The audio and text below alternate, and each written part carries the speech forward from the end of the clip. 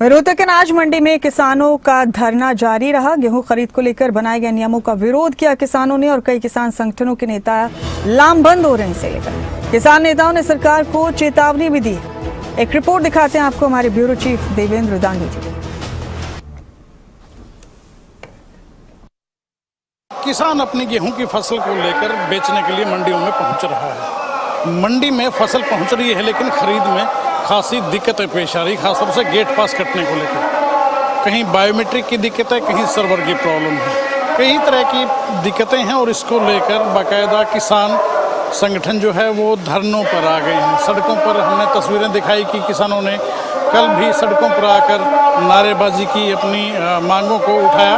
और आज भी फिलहाल हम लोग अगर रोहतक की बात करें तो रोहतक में कई किसान संगठन हैं जो आज भी बाकायदा अनाज मंडी में प्रदर्शन कर रहे हैं, नारेबाजी चल रही है। प्रीत सिंह हैं हमारे साथ, किसान नेता हैं, काफ़ी लंबे समय से किसानों के लिए संघर्ष करते आपको देखा है। ऐसी नौबत क्यों आ गई है प्रीत जी?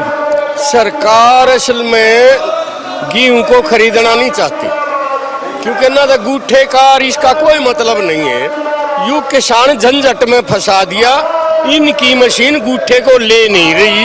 हमने कई मंडिया में तजर्बा कर लिया, एक एक आदमी का गूठा पास करने में पौन आधा घंटा लग गया है।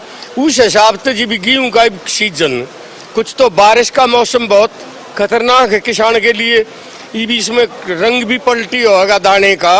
और सरकार की नीयत ये है कि किसी भी तरह किसान इस खेती ने छोड़ दे दुख पाउनता ना, तो मतलब कि हर साल खरीदते थे, कोई बाहर का उनका तो मतलब है नहीं था।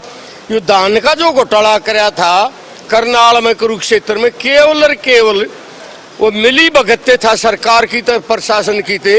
ना तो आड़ तो कोई एक भी नहीं बता दो धान के मौके पर, गेहूं के मौके पर किसी ने कोई बाहर तला उनकी। असल में तो MSP जो सेंट्रल गवर्नमेंट ने दे रखा है, सेंट्रल गवर्नमेंट का सभी राज्यों में लागू हो है। यूपी का यूपी में खरीद लो, हिमाचल का हिमाचल में खरीद लो, राजस्थान का राजस्थान में, हरियाणा का हरियाणा में। कोई यो हरियाणा सरकार का तो नहीं है MSP। उड़े का जब सरकार खुद खरीदने लग जाएगी तो दूसरी जगह किसान क्यों जागा खर्चा करके ने? कोई नहीं है, मतलब इस किस्म की किसाना की तरफ से कोई शिकायत नहीं है। सरकार खरीदना नहीं चाह रही। वास्तविकता यह है कि इन मंडियों को प्राइवेट कंपनियां का हवाले करना चाहती है सरकार, जो कि 19 और 21 में 20 में जो आंदोलन लड़ा था, लाखों किसान 13 महीने तक दिल्ली नहीं घेरे रहे थे, जब वो ना भरी थी कि हम ये काले कानून नहीं लावांगे, वापस ले लिए थे।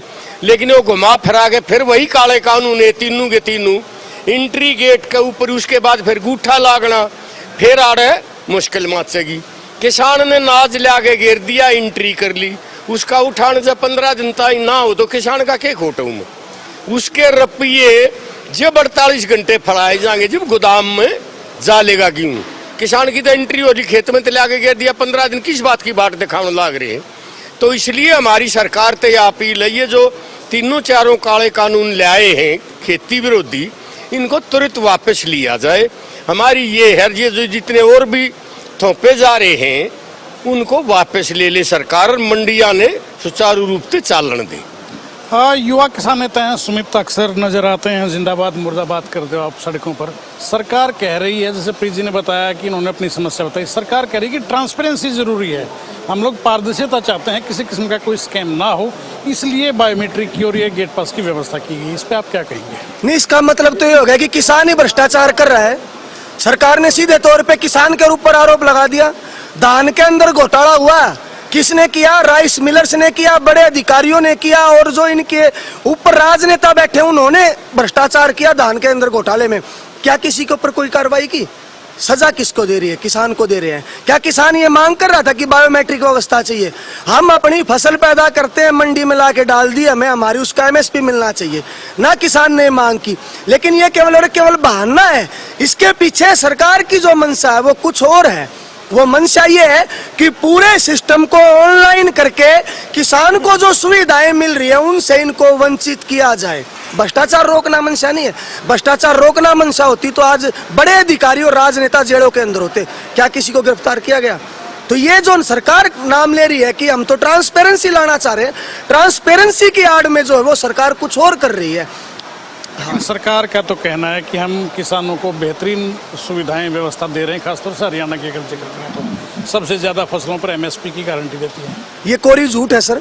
एमएसपी की सरकार जो मांग कर कह रही है कि हम दे रहे हैं, नहीं मिल रही है किसान को एमएसपी। हमारा धान जो है 500 से 600 रुपए जो है वो कम पे बिका है। हमारा बाजरा है, हमारी कपास है, हमारी और अन्य फसलें वो कम पे बिकी है। और मुख्य बात क्या है, किसान मांग कर रहा है C2 प्लस 50%, सरकार दे रही है A2 प्लस FL दे रही है, C2 प्लस 50% नहीं दे रही। अगर C2 प्लस 50% देती 3200 रुपए भाव होता गेहूं का, आज कहाँ दे रही है सरकार।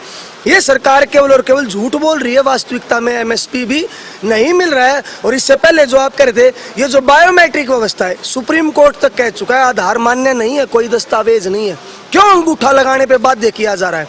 हमारे साथ 2 साल पहले भी बनी, ठेके बाध्य पे खेती करता है किसान, 10 किले की खेती कर रहा है, फसल मंडी में बेच दी, आमदनी उसके खाते में आई, उसकी सारी सुविधाओं से उसको वंचित कर दिया। ये इसकी जरूरत नहीं थी। और आज राजस्थान के अंदर बोनस मिल रहा, कहाँ से आएगा सस्ता अनाज, कहीं से नहीं आना ना।